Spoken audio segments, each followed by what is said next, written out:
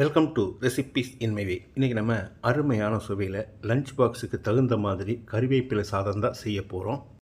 எல்லாருமே விரும்பி சாப்பிட்ற மாதிரி இந்த கறிவேப்பிலை சாதத்தை எப்படி செய்கிறது, இதுக்கு தேவையான பொருட்கள் என்ன பார்க்கலாம் வாங்க.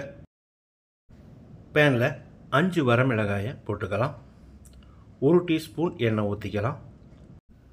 3 பல் பூண்டு, ஒரு பெரிய நெல்லிக்காய் அளவு புளி, அளவான தீயில் 1 நிமிஷம் இதை வறுத்துக்கலாம். பழைய புளிங்கிறதால பேன்லெல்லாம் ஒட்டிடுச்சு. இதுவே புது புளியாக இருந்தால் இந்த மாதிரி ஒட்டாது. இப்போ இதை எடுத்து பிளேட்டில் கொட்டி ஆற வச்சிடலாம். 2 டேபிள் ஸ்பூன் கடலைப்பருப்பு, 2 டேபிள் ஸ்பூன் உளுந்துப்பருப்பு, 1/2 டீஸ்பூன் மிளகையும் போட்டு செவக்க வறுத்துக்கலாம். அளவான தீயில் தான் இதை வறுக்கணும். செவந்து வர அளவுக்கு வறுபட்டுருச்சு. ஸ்டவ் ஆஃப் பண்ணிவிட்டு இதில் 1/2 டீஸ்பூன் வெந்தயம், 1 டீஸ்பூன் சீரகம், ஒரு 30 செகண்ட் இதை பெரட்டி விட்டுறலாம். இந்த அளவுக்கு போதும். இதையும் எடுத்து பிளேட்டில் கொட்டி ஆற வச்சிடலாம். இதோடைய 2 டேபிள் ஸ்பூன் வெள்ளை எல்லையும் சேர்த்து லேசாக பொரிஞ்சு வர அளவுக்கு வறுத்துக்கலாம். வெள்ளையில் சேர்க்கிறதால டேஸ்ட் நல்லாயிருக்கும். எள்ளு பொரிஞ்சு வர அளவுக்கு வறுபட்டுருச்சு. இதையும் எடுத்து பிளேட்டில் கொட்டி ஆற வச்சிடலாம். 1 கப் அளவு கறிவேப்பிலையை கழுவி தொடச்சி எடுத்து வச்சுருக்கேன். இந்த மாதிரி ஒரு கை அளவு இருக்கும். அளவான தீயிலேயே இதையும் வறுத்துக்கலாம். இது வறுபடுறதுக்கு ஒரு 2-3 நிமிஷம் ஆகும். கறிவேப்பிலை நல்லா மொறுமொறுப்பாக வறுபட்டுருச்சு. இதையும் எடுத்து பிளேட்டில் கொட்டி ஆற வச்சிடலாம். 1 டேபிள் ஸ்பூன் அளவுக்கு கல்லுப்பை பேன் சூட்லேயே ஒரு 10-20 செகண்ட் வறுத்துக்கலாம். இதனோட ஈரப்பதம் போகணும், அதுக்காக தான்.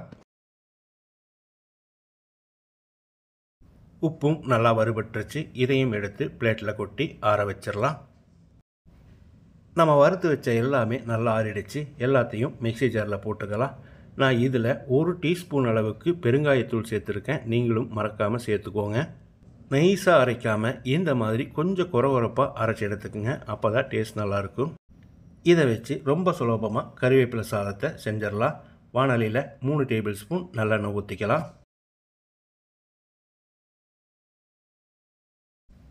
1 டீஸ்பூன் கடுகு, 1 டீஸ்பூன் கடலைப்பருப்பு, 1/4 கப் அளவுக்கு நிலக்கடலை, 2 டேபிள் ஸ்பூன் அளவுக்கு உடைச்ச முந்திரி நீங்கள் தேவையான அளவுக்கு போட்டுக்கோங்க. 1 கொத்து கறிவேப்பிலை, லேசாக செவக்கிற அளவுக்கு ஒரு 10-15 செகண்ட் இதை வதக்கி விட்டுடலாம். செவக்கிற அளவுக்கு வறுபட்டுருச்சு. இப்போ உதிரியாக வடித்து வச்ச சாதத்தை சேர்த்துடலாம். இதில் நீங்கள் ஒரு பெரிய வெங்காயத்தை வதக்கி அதுக்கப்புறமா சாதத்தை சேர்த்தாலும் ரொம்ப டேஸ்ட்டாக இருக்கும். உங்களுக்கு எந்த அளவுக்கு உரப்பு தேவையோ அந்த அளவுக்கு கறிவேப்பிலை பொடியை போட்டுக்கலாம். நான் இப்போ 3 டேபிள் ஸ்பூன் சேர்க்கிற பத்தலைனா மறுபடி கூட போட்டுக்கலாம். ஸ்டவ்வில் தீயை குறைச்சி வச்சு தான் கிளறி விடணும். மீதி இருக்கிற கறிவேப்பிலை பொடியை பாட்டிலில் போட்டு வச்சுக்கோங்க. ஒரு 10 நாளைக்கு கெடாது.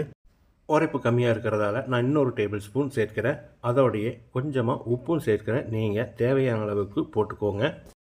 கூடவே 1 டேபிள் ஸ்பூன் நல்லெண்ணெயும் சேர்த்து கலந்து விட்டுடலாம். நல்லெண்ணெய் சேர்க்கிறது ஆப்ஷனல் தான்.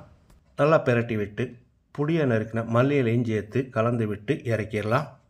மணக்க அருமையான சுவையில் நான் செஞ்சுருக்கிற இந்த கறிவேப்பிலை சாதத்தை இதே மாதிரி இதே அளவுகளோடு நீங்கள் செய்து பாருங்கள். இந்த வீடியோ பிடிச்சிருந்தால் லைக் பண்ணுங்கள், கமெண்ட் பண்ணுங்கள், ஷேர் பண்ணுங்கள். சப்ஸ்கிரைப் பண்ணாதவங்க சப்ஸ்கிரைப் பண்ணுங்கள். மறக்காமல் பெல் பட்டனை கிளிக் பண்ணுங்கள்.